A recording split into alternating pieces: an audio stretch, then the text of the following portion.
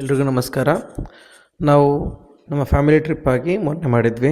So first and foremost ನಮ್ಮ ಎಲ್ಲರ ಕಾರ್ಗಳಲ್ಲಿ ಹತ್ಕೊಂಡು ನಾವು ಫ್ಯಾಮಿಲಿ ಟ್ರಿಪ್ಪಿಗಂತ ನೀಲೇಶ್ವರ ಹೌಸ್ ಬೋಟ್ ಹತ್ರ ಹೋದ್ವಿ. ಹೌಸ್ ಬೋಟಿಗೆ ರೀಚ್ ಆದ್ವಿ.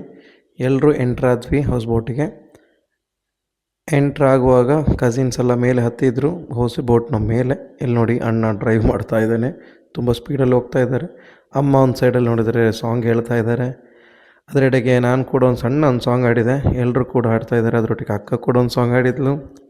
ಎಲ್ಲರೂ ಖುಷಿ ಆಯಿತು. ಅದರೊಟ್ಟಿಗೆ ಡ್ಯಾನ್ಸ್ ನೋಡಿ, ಡ್ಯಾನ್ಸ್ ಅಂತ ಹೇಳಿದ್ರೆ ಯಾರಿಗೆ ಇಷ್ಟ ಇಲ್ಲ, ಎಲ್ಲರೂ ಕೂಡ ಡ್ಯಾನ್ಸ್ ಮಾಡ್ತಾಯಿದ್ದಾರೆ.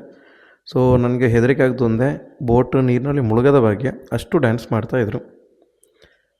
ಆ ಡ್ಯಾನ್ಸ್ ಮಾಡ್ತಾ ಇರುವಾಗ ನೋಡಿ ಆ ಮಕ್ಕಳು ಕೂಡ ಅದರೊಟ್ಟಿಗೆ ಡ್ಯಾನ್ಸ್ ಮಾಡ್ತಾಯಿದ್ದಾರೆ. ಅದರೊಟ್ಟಿಗೆ ಫುಡ್ ರೆಡಿಯಾಗಿತ್ತು.